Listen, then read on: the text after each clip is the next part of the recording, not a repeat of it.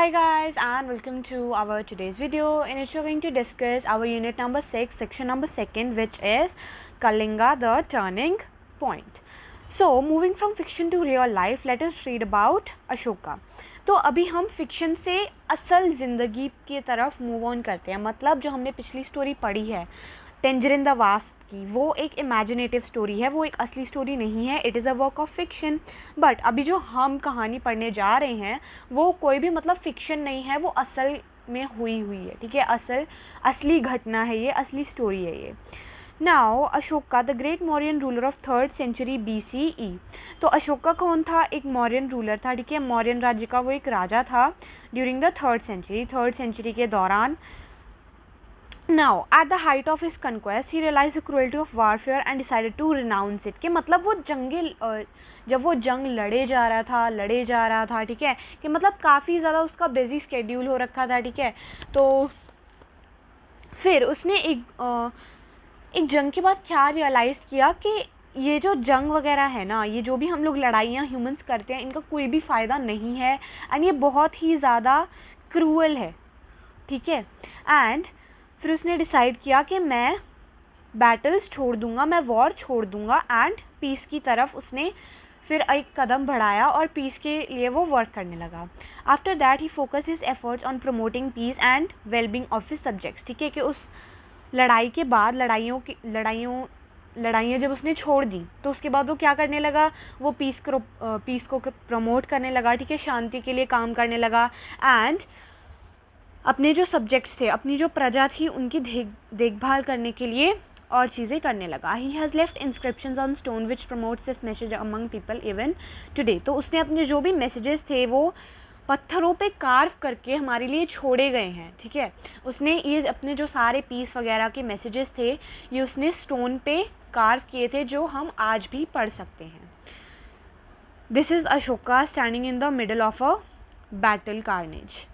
Now by the time Ashoka became king he was in his early 30s. ठीक है, तो जब अशोका किंग बना तो वो अपनी अर्ली 30s में था, मतलब 20 से 25 तक की उसकी एज थी. ठीक है, experience in both war and peace. ठीक है, एंड वो बहुत ही ज़्यादा मतलब तजर्बेकार था किसमें, दोनों लड़ाइयों में भी एंड शांति कायम करने में भी. तो अपने राज करने के 8वें साल में Ashoka decided to invade the kingdom of Kalinga. उसने क्या डिसाइड किया कि कलिंग का जो राज्य है उस पर कब्जा किया जाए, which was just south of Magadh, जो मगध के साउथ की डायरेक्शन में था. तो 262 BC के अराउंड क्या हुआ, जो मौर्यन आर्मी थी उसने इन्वेड कर दिया कलिंग को. मतलब जो मौर्यन राज्य की आर्मी थी जो अशोका के अंडर थी, उसने कलिंग राज्य पे हमला कर दिया and to their surprise they faced a tough challenge. ठीक है, एंड वो मतलब बहुत ही ज़्यादा हैरान हो गए क्योंकि जो कलिंग की भी फ़ौज थी उनको मतलब काफ़ी कड़ी टक्कर दे रही थी. In spite of facing the huge Mauryan forces the Kalinga army fought with fierce courage and refuse to surrender. ठीक है, कि चाहे ही जो मौर्यन फौज थी, ठीक है, जो आर्मी पावर थी मौर्यन एम्पायर की वो बहुत ज़्यादा बड़ी थी, पर फिर भी जो कलिंग की फ़ौज थी वो सरेंडर करने को तैयार नहीं थी और वो बहुत ज़्यादा बहादुरी से लड़ रही थी. At the end both sides had lost thousands of soldiers, horses and elephants in a horrific battle. ठीक है, कि जब लड़ाई ख़त्म हुई तो दोनों ही जो साइड्स थी, ठीक है, दोनों जो मौर्यन एम्पायर की साइड थी एंड कलिंग एम्पायर की साइड थी, दोनों ने बहुत ही ज़्यादा लॉस सहा, दोनों ने बहुत ज़्यादा घाटा सहा, क्योंकि बहुत ज़्यादा जो सिपाही थे वो मारे गए थे, बहुत ज़्यादा घोड़े और हाथी मारे गए थे in a horrific battle. Ashoka had won not because the enemy had surrendered because they were no man left to fight. और अशोका ये जंग इसलिए जीता था क्योंकि मतलब लड़ाई करने के लिए और आदमी बचे ही नहीं थे. ठीक है, कि आदमी बचे ही नहीं थे लड़ाई करने के लिए, इसलिए लड़ाई ख़त्म हो गई थी. The victorious king stood in the middle of a terrible carnage. ठीक है, कि जो विक्टोरियस किंग था, जो जैतु राजा था, वो बिल्कुल ही बीच में खड़ा था एक टेरेबल कार्नेज मतलब the violent killing of a large number of people. मतलब लाशों के ढेर के वो बिल्कुल बीच में खड़ा था, जंग के मैदान के बिल्कुल बीच में खड़ा था, जहाँ पे बहुत सारी लाशें थी. ठीक है, क्योंकि सोल्जर्स, घोड़े वगैरह, हाथी वगैरह सारे वहीं पे मरे पड़े थे. ही हैड राउट का मतलब कॉज टू हैपन. ठीक है, कि उसकी वजह से ये हुआ था, ये वो समझता था.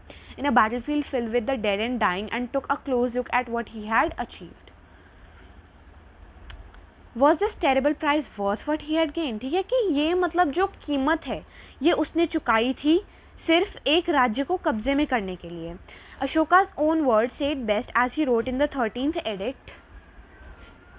तो इसका मतलब क्या है कि जो अशोका के अपने शब्द हैं जो उसने अपने स्टोन कार्विंग्स पे लिखे थे, तो उसने क्या लिखा था, found at Shahbazgarhi near Takshashila. तो ये जो पत्थर पे ये जो लिखा था उसने, इसको कहाँ पे पाया गया था, शाह बाज़ारी नियर तक्षशिला। और 150,000 फ्रॉम कलिंगा वर कैप्चर्ड, ठीक है, कि 150,000 लोग कलिंग से कैप्चर किए गए थे, कब्जे में कर लिए गए थे। एंड 100,000 वर स्लेन, ठीक है, कि 100,000 को मार दिया गया था और उससे भी ज़्यादा जंग में मर गए थे। This was just the count of tragedy on the battle field, ठीक है, कि ये जो नंबर्स हैं ना ये सिर्फ बैटल फील्ड को ही दर्शाते हैं कि बैटल फील्ड में कितने मरे थे और कितनी ट्रेजेडी, मतलब कितना दुख सिर्फ बैटल फील्ड पे सहा गया था। Ashoka was also aware of the tragedy that envelope the life of the people left behind, ठीक है, कि अशोका को ये चीज़ का भी पता था कि जो भी मतलब उसके राज्य में फैमिलीज़ रहती हैं जिनसे सोल्जर्स फाइट करने गए थे उन पे क्या बीत रही होगी, और the families who now faced personal violence, death और बैनिशमेंट फ्रॉम लव्ड वंस, ठीक है। बैनिशमेंट का मतलब क्या है कि एक जगह से किसी को निकाल देना एज अ पनिशमेंट, ठीक है। He was sensitive to the real cost of war, मतलब उसको पता था कि असली कीमत जो होती है बैटल्स की वो क्या होती है। Where tragedy spreads far beyond the battle field and the one man who lost his life also touches the life of friends, acquaintances, companions and relatives, ठीक है, कि ये जो ट्रेजेडी है, ये जो मतलब दुख है, ये सिर्फ बैटल फील्ड पे नहीं होता है। ये जो मतलब कोई भी अगर एक सोल्जर मरा है तो उसके जो भी दोस्त हैं, ठीक है, उसके जो भी कलीग्स वगैरह हैं, उसके साथ जो भी काम करते हैं, उसके कंपेनियंस और उसकी जो फैमिली है और उसके जो रिश्तेदार हैं उन पे भी बहुत अफेक्ट पड़ता है, सिर्फ राज्य पे अफेक्ट नहीं पड़ता है। Ashoka admitted something that no victorious king or political leader before or after him has ever confess to, ठीक है। फिर अशोका ने कुछ ऐसी चीज़ को मतलब एडमिट किया, ऐसी चीज़ को रियलाइज़ किया जो किसी भी जैतो राजा ने उसके पहले या उसके बाद कभी भी नहीं कही थी। उसने कहा कि उसको फील हो रहा था बहुत ज़्यादा रिमोर्स मतलब the feeling of being extremely sorry for something wrong और bad that you have done, कि उसको ऐसा लग रहा था कि ये जो सब कुछ हुआ है ये उसकी ही गलती है और उसकी वजह से ही ये सब कुछ हुआ है। Eight having conquered Kalinga and declared that even 100th or 1000th part of those who were slain, died or were captured in Kalinga is today considered regrettable by the beloved of the gods, ठीक है, कि और उसने ये भी कहा कि अगर हम लोग 100th या फिर 1000th पीस भी ले लें जिन लोगों को कलिंग की बैटल में मारा गया था, तो उसको हम लोग आज के युग में, आज की मतलब दुनिया में हम लोग उसको बहुत ज़्यादा रिग्रेटेबल और क्या मानेंगे, बहुत ही ज़्यादा गलत मानेंगे। This was not the old warrior Ashoka talking, तो ये जो नया राजा था ना जो कलिंगा था, अब जो अशोका ये बात कर रहा था, ये वही ओल्ड वॉरियर अशोका नहीं था, ये वही ओल्ड मतलब बैटल में युद्ध करने वाला कोई ओल्ड राजा, ओल्ड वॉरियर नहीं था। This was a change man who was admitting to his mistakes and his thoughts on the futility and tragedy of war. ये एक बदल चुका इंसान था जो अपनी मिस्टेक्स को एडमिट कर रहा था और अपने जो विचार थे वो एडमिट कर रहा था to the futility and tragedy of war, ठीक है, बैटल्स की फ्यूटिलिटी और ट्रेजेडी के बारे में ये एडमिट कर रहा था। Ashoka carved his words in stone to make the sure the message was endured and was read by people centuries later, ठीक है। तो अशोका ने इन चीज़ों को स्टोन पे मतलब पत्थर पे कार्व करवाया ताकि हज़ारों सालों के बाद भी लोग इस चीज़ को पढ़ पाएँ और याद रखें। Any other king would have triumphantly celebrated his victory and soon began planning his next military campaign, ठीक है, कि अगर कोई और राजा होता अशोका की जगह पे तो वो मतलब क्या करता, वो बहुत ही ज़्यादा खुशियाँ मनाता अपनी इस नई जीत के बारे में और अपने अगले युद्ध के बारे में तैयारियां करने लग जाता, अपने अगले मिलिट्री कैंपेन के बारे में प्लानिंग करने लग जाता। Ashoka gave up conquest for ever and never went to war again. But Ashoka ने क्या किया, उसने जंग ही छोड़ दी, उसने बैटल्स ही छोड़ दी और उसके बाद किसी भी बैटल पे गया ही नहीं और किसी भी राज्य पे कब्जा करने की कोशिश ही नहीं की। No other king has given up war after winning a tough battle as Ashoka did, ठीक है, कि कोई भी किसी भी राजा ने जंग को नहीं छोड़ा इतनी टफ बैटल जीतने के बाद, बट अशोका ने ये किया। He is unique in this extraordinary decision. इसी डिसीजन की वजह से, इसी चॉइस की वजह से वो बहुत ही ज़्यादा यूनिक है। Then Ashoka made a second resolution. तो उसके बाद उसने एक दूसरी रेजोल्यूशन की। He was going to dedicate his life and the huge wealth of his empire towards building a new kind of society.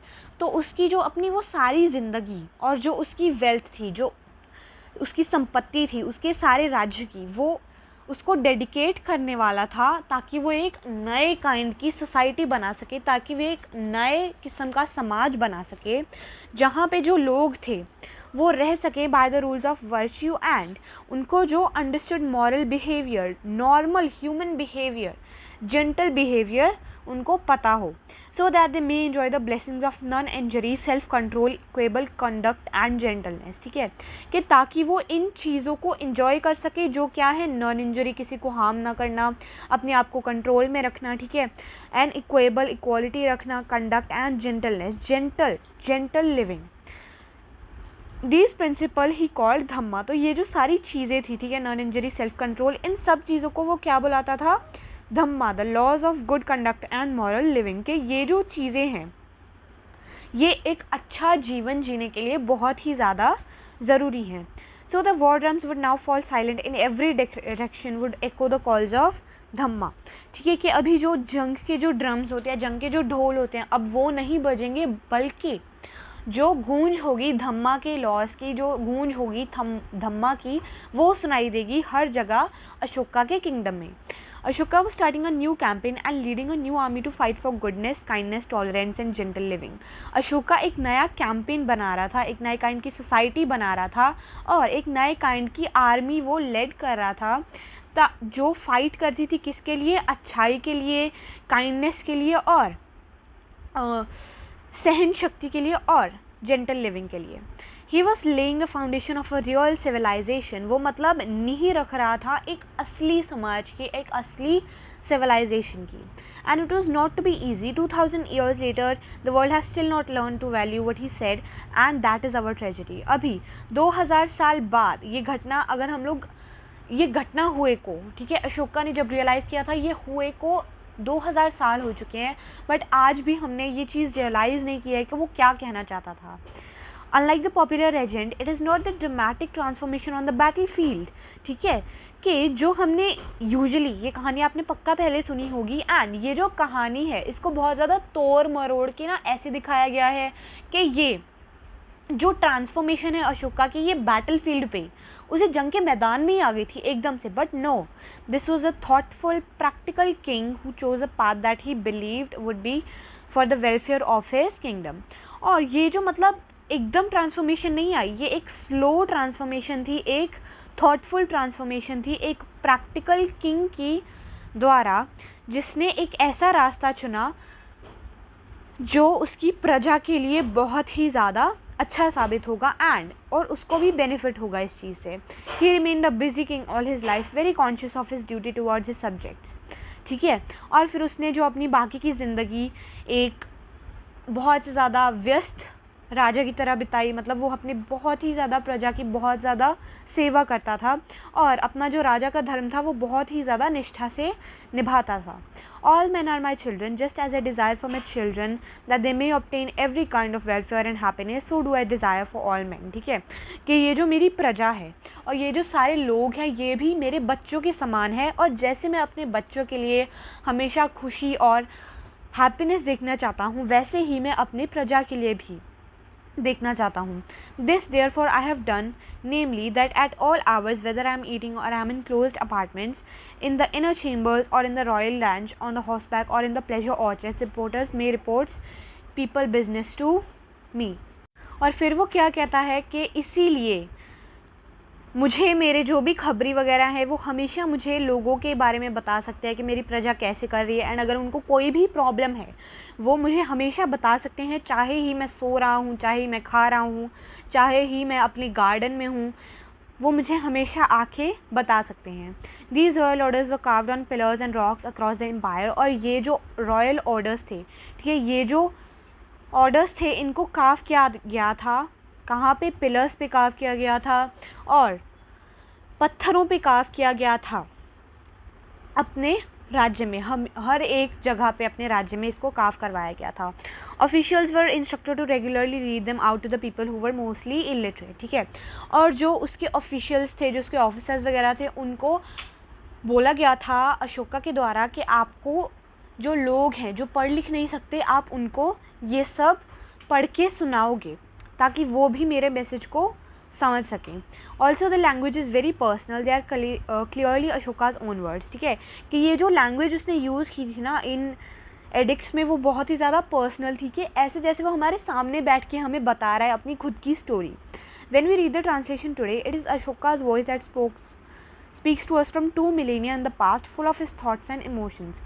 तो अगर हम आज भी उसकी ट्रांसलेशन पढ़ें जो अशोका ने लिखा था, अगर हम लोग आज भी उसकी ट्रांसलेशन पढ़ें तो वो हमसे बोल रहा है 2000 साल पहले, आज से 2000 साल पहले, full of his thoughts and emotions, his feelings of general remorse and the Joy of discovering a new path of life. हम मतलब उसकी जो फीलिंग्स है ना उसको अपने खुद से फील कर सकते हैं, कि जो मतलब उसको सैडनेस फील हुई इस टाइम पे, जो उसको खुशी फील हुई एक नया रास्ता अपनाने में। और बिल्कुल ऐसा लग रहा था कि हम जैसे उसकी डायरी रीड कर रहे हैं, 2000 साल पहले लिखी गई उसकी डायरी रीड कर रहे हैं जो स्टोन पे कार्व की गई है।